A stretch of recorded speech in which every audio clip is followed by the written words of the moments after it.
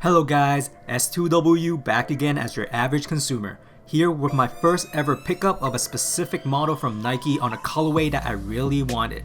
Yes, what I have here is the Nike Flyknit Racer in the wolf grey colorway, also known as the no parking, that I have here for a review. The Nike Flyknit Racer is not a stranger in the sneaker community, and to some are one of the most comfortable shoes to wear on feet from Nike.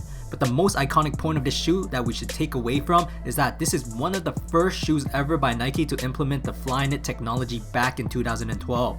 This manufacturing technique uses featherweight polyester yarn to create a form-fitting and virtually seamless shoe upper. In other words, any sneaker Nike creates that uses Flyknit technology, you can expect them to be very lightweight, flexible, and breathable without sacrificing support.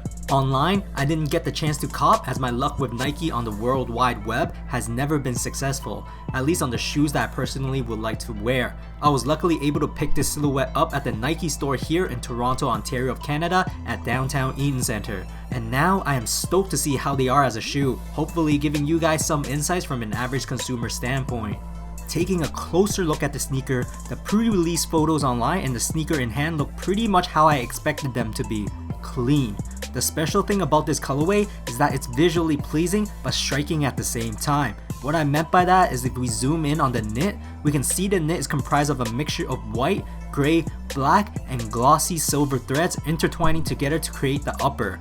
On the lateral side, you have the lighter knits at the front to the darker tones at the midfoot to the hindfoot area, with their staple white swoosh logo on top. On the medial side, it's pretty much a mirrored version of the lateral side I've just mentioned, all filled with an overall reflective platinum-esque shine to the upper, not failing its advertised colorway as wolf grey and white pure platinum as listed on their shoebox. By touch, at certain spots, the Flyknit is more rough than other sections, partly because I believe they have to strengthen this thin knit so they are more durable at those locations. I would say generally, this knit is more free-forming as opposed to being stretchy, as they are not stretchable at all. If you look closely, you will notice the black fly wire technology at the sides as well for the added lockdown for a more stable ride, while maximizing the support for the skeletal knit. Something to note, as you can see here immediately, is that the midsole seems to have an hourglass shape, and this is very important to the fit that I'm going to talk about later. But as a shoe itself, it looks like Nike has the theme of slimness, sleekness, and lightness as their priority on this sneaker. At the front where the toe box is, you have some intricate patterns of knitting with the all white, black, gray, and silver fabric running towards the tip of the shoes. Overall, the knitting technology used on this model is so free-forming and spread out that many breathable air holes can be seen in between the knit, so large in size that you can clearly see through the shoe. If you get hot and sweaty feet easily, the ventilation air holes on this shoe will keep you cool pretty much the whole time you're wearing them. Moving up towards the sneaker, you will see that they use the fairly thin flat gray laces to complement the overall sleek shape of the shoes. The tongue on this shoe is very flat and thin as well, with a Nike Flyknit Racer soft rubber patch ironed right near the top of the flap. I feel like this design of the tongue pretty much makes it more free-forming and adjustable on top of our feet. At the back of the sneaker, you have this small pull tab that you can yank out to help putting on your shoes with ease. This same pull tab fabric dons the iconic 3M Racer stripes right at the top of this pull tab. As for the midsole, the smooth race guard contour of this red and white Phylon midsole of the sneaker adds the extra street style look and soft compression. According to Nike, the forefoot of this midsole also sports a Nike Zoom Air unit, made to add additional responsive cushioning for our feet. I have no idea where it is, so I'm assuming it's hidden inside the shoe. Flipping over the sneaker, you have the waffle diamond-shaped rubber outsole designed specifically for runners and ultimately more durable traction control. Split into black and white, there's also a Nike swoosh down here for the extra branding to the shoe. Now looking inside the shoes, there is a removable glossy silver tint ortholite insole with the words racing and road with a Nike swoosh at the top for additional branding, with a green layer at the bottom using ortholite foam.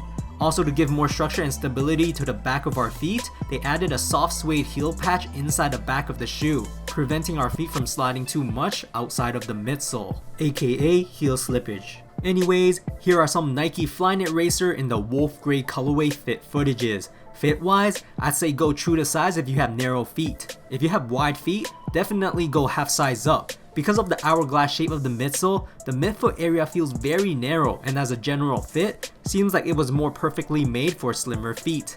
If you have wide feet such as myself, you will feel your feet hanging off the sides at the midfoot area. However, I have to say, the Flyknit technology used on these racers are superb. It's as if the fabric is like a glove that wraps around your skin for that custom-like fit and featherweight support.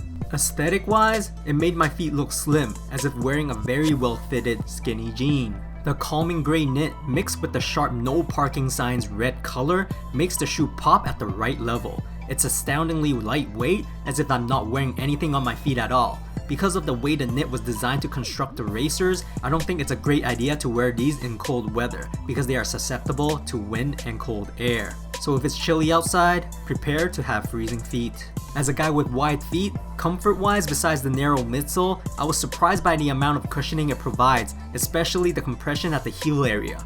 This precise form-fitting and feather-like property, plus the surprising mushy heel it offers, have made me realize why this shoe is on many people's favorite list. Price-wise, the price didn't raise here in Canada, at least not yet, so they are $200 Canadian before tax, $40 less than buying the Adidas Ultra Boost. But for maximum comfort and support, I would say these racers were definitely made for people with a slimmer feet profile. And as a wide feet person, it's nice to have one or two colorways, but I don't see myself getting more because I will not be able to achieve the design perfect fit on these unfortunately. But it's okay, not every shoe is for everyone. Don't get me wrong, rating the shoe itself, these still feel comfortable on my wide feet. But I feel like if only the racers were a tad more wide on the midfoot section, then I would have been able to wear them at the maximum potential. Aside from the width, I'll sum them up into the following. Not only does this shoe offer support with a sock-like feel, the breathable, form-fitting, and extremely lightweight materials used on this whole shoe is like wearing a comfortable slipper outside of your house, but in the form of a stylish sneaker. As always, throw me some likes if you liked the video, and let me know in the comments if you have a Nike Racer model in your collection as well. That's it for today, S2W signing off.